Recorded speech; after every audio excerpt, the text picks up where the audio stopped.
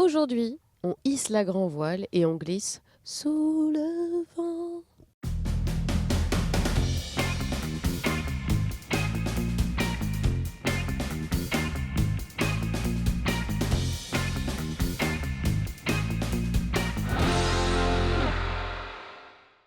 Bonjour à tous, bienvenue dans Sur Place, l'émission qui se déplace au gré de l'actualité. Aujourd'hui, nous sommes dans un joli décor au port de plaisance de Pornichet et on va embarquer sur le bateau qui se trouve juste derrière moi, le Multi 50 Réauté Chocolat du skipper nantais Armel Tripon.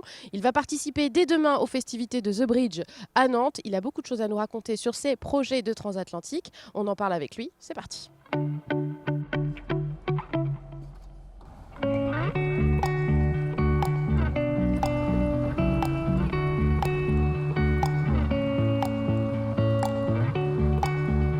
Je suis avec Armel Tripon, bonjour. Bonjour. Merci de nous accueillir à bord de votre bateau. On profite d'un petit temps calme, hein, c'est ça, là, pour l'instant pas beaucoup de vent. C'est ça, on est mer plate, Ouais. 2-3 nœuds. Voilà, donc on peut Ouais. faire une petite interview tranquille sans vous déranger. On est à bord de votre nouveau bateau, il a été baptisé à Nantes en avril dernier, ce Multi 50 Réauté Chocolat. Alors quelles sont vos premières impressions sur ce bateau, parce que vous avez déjà fait quelques courses avec? Alors effectivement, on a fait 3 courses en équipage depuis le baptême fin avril à Nantes. Et les impressions, les sensations, sont bonnes. C'est vrai que c'est un bateau qui est assez nerveux, qui réagit vite, qui a un bon comportement dans la mer, dans le vent fort aussi. Et pour l'instant, on essaye d'en tirer le maximum et puis d'apprendre à le maîtriser aussi, parce que c'est un multicoque un peu sauvage, donc il faut le dompter. Qu'est-ce qu'il a de sauvage? Pourquoi est-il sauvage? C'est le principe de tous les multicoques, c'est des bateaux qui réagissent très vite, donc il faut être toujours réactif, toujours présent aux écoutes, aux réglages. Ce sont des bateaux qui ont besoin de beaucoup d'attention pour d'une part en tirer le maximum en termes de vitesse et puis ensuite en termes de sécurité. Mhm. Donc voilà, mais c'est une navigation qui peut être un peu stressante, mais en même temps qui procure énormément d'intensité et d'adrénaline, quoi. Ouais, ça se voit, vous avez le sourire quand vous en parlez en fait, Bah donc oui, ça oui. donne aussi du plaisir. C'est nouveau pour vous aussi le multicoque, hein. Vous étiez plutôt monocoque auparavant. Ouais, c'est vrai C'est que un j'ai une nouveau défi. culture monocoque depuis quelques années. Après, c'est des hasards aussi de rencontres et de trajectoires. Mais c'est vrai que ça faisait longtemps que je voulais commencer à faire du multicoque océanique. Et là, l'opportunité s'est trouvée donc, avec ce nouveau partenaire Réauté Chocolat. Donc c'est une belle histoire qui commence. Mhm. Alors c'est aussi un bateau qui, même s'il est nouveau pour vous, a déjà une histoire et vous y avez apporté votre touche. Il y a eu un chantier, hein, quand même pour faire quelques petits travaux. Ouais, c'est ça. C'est un bateau qu'on a récupéré donc, en novembre 2016, qui date de 2009, construit sur la Trinité-sur-Mer et qui était un très bon bateau. Donc on l'a récupéré sur un terre-plein. Ça faisait 2 ans qu'il attendait un repreneur. Mhm. Et voilà, on a été les premiers à se présenter. Et puis on a fait un chantier assez conséquent pendant 4-5 mois pour le remettre à l'eau début avril. Donc on a effectivement désossé tout le bateau, remis complètement à plat, tout démonté, vérifié, puis repeint, transformé quelques petites choses et puis amélioré certaines. Et voilà, donc on a un bateau aux couleurs de notre nouveau partenaire, comme si c'était un bateau neuf. Ouais. Avec des foils aussi, il y était Avec déjà des foils, ça? c'est ça. Ça, c'est le nouveau truc, hein. Voilà, c'est la nouveauté de la classe Multi 50, c'est de s'ouvrir aux foils. Donc les foils, tout le monde en parle. C'est vrai, c'est à Et la tout le mode. monde en Même met. moi qui n'y connais rien, j'en ai entendu parler. Ça, il y en a eu sur les bateaux du Vendée Globe, Ouais. on en parle sur la Coupe de l'América. Et sur les multicoques, c'est pas nouveau. Surtout là, on a équipé le bateau de foils en C, donc qui sont des foils courbes et des plans porteurs en fait qui vont aider à soulager le bateau. Mhm. Alors, vous avez déjà parlé de ce nouveau sponsor, hein, Réauté Chocolat, qui est une entreprise des Pays de la Loire, hein, qui est locale et qui vous soutient, parce que trouver un bateau c'est une chose, mais il faut aussi trouver le sponsor qui va vous accompagner. Comment ça s'est passé? On sait que c'est pas toujours simple, hein. Non, c'est jamais simple. C'est déjà d'abord trouver un partenaire et ensuite trouver un bateau. Ouais, Ça dans marche l'autre sens, plutôt dans ouais. ce sens-là. Et c'est vrai que ça a été une belle rencontre à l'occasion de la Transat anglaise l'année dernière, où sur une annonce dans un journal local, Presse Océan, pour le citer. Salut à nos amis de Très Océan. Voilà, où je recherchais des partenaires pour faire la Transat anglaise. Le service communication de Réauté Chocolat m'a contacté en me demandant si je cherchais un sponsor. Et voilà. Ah, c'est venu à vous, alors ça c'est et quand même ils pas sont venus mal. à moi, donc c'est quand même c'est une histoire assez marrante. Et puis au fil du temps, on a appris à se connaître et on a démarré ce partenariat à l'automne 2016. Et il semble que ça tombe plutôt pas mal, parce que vous êtes plutôt amateur de chocolat, hein, c'est ça? Vous avez toujours quelques petits chocolats qui traînent sur le bateau? C'est ça, ouais, j'ai un petit faible pour le chocolat, donc le terrain d'entente était tout trouvé. Ouais, c'est ça. Alors, je remarquais aussi sur la voile, il y a aussi les doudous de moulin rôti, donc on se disait un petit monde de douceur, quoi. Chocolat, doudou, Finalement, ça va pour plutôt affronter bien les ensemble. éléments. Et les petits doudous, c'est aussi une belle histoire qui date de cette transat anglaise, en fait, avec une association dont on soutient les convictions et le combat. D'accord. Quels sont vos projets avec ce bateau? Alors dans l'immédiat, là, demain, vous serez à Nantes aussi pour The Bridge, hein, ça c'est la prochaine actualité. Voilà, on revient à Nantes, voilà, ma terre d'enfance. Et pour cet événement qui va être assez tentaculaire avec d'énormes bateaux, voilà. Donc nous on accompagne l'événement, on participera à terre en fait.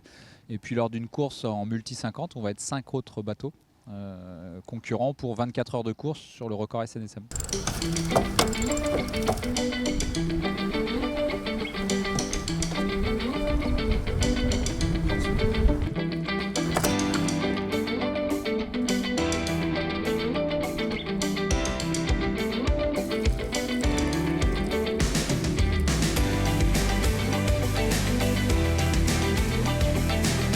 On est passé à l'avant du bateau, on a changé de position pour changer un petit peu de décor et parler aussi des projets que vous avez avec ce bateau, parce qu'il y a des courses qui s'annoncent et qui se préparent déjà, notamment Jacques Vabre en novembre, c'est ça? Ouais, c'est ça, la Transat Jacques Vabre, Le Havre, Salvador de Bahia, qui partira début novembre, donc pour 12 jours de course effrénée à travers l'Atlantique.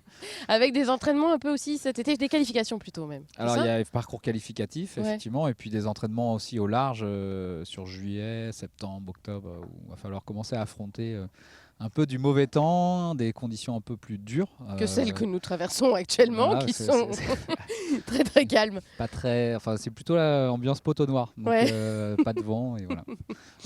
Et après il y a la route de Rome aussi, hein, en ligne de mire en 2018. Ça sera en novembre 2018, voilà, qui est effectivement le point d'orgue de ce partenariat avec Réauté Chocolat. Ouais.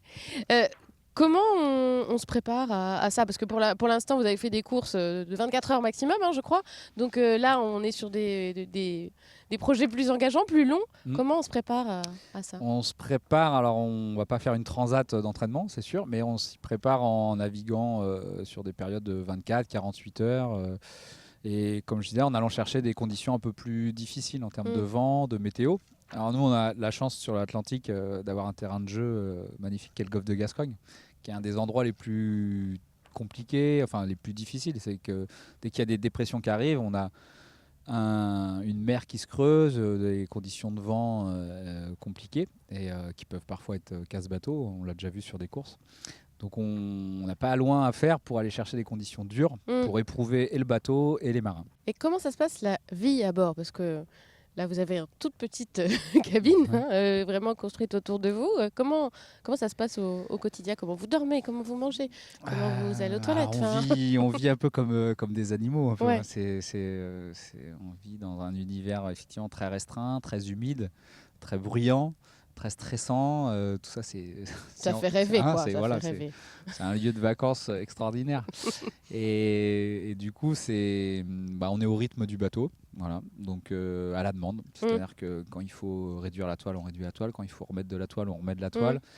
Et puis il faut aussi gérer effectivement la partie humaine, penser à se nourrir, donc de plats chauds quand on peut, mais c'est pas tout le temps le cas. Lyophilisé. Voilà, penser à se reposer aussi, parce qu'on sait que la lucidité, donc le sommeil, c'est quand même un facteur de résultats, et donc il ne faut pas négliger ça, surtout en multicoque où voilà, on est sur une navigation plus stressante, où on sait que le bateau il peut chavirer.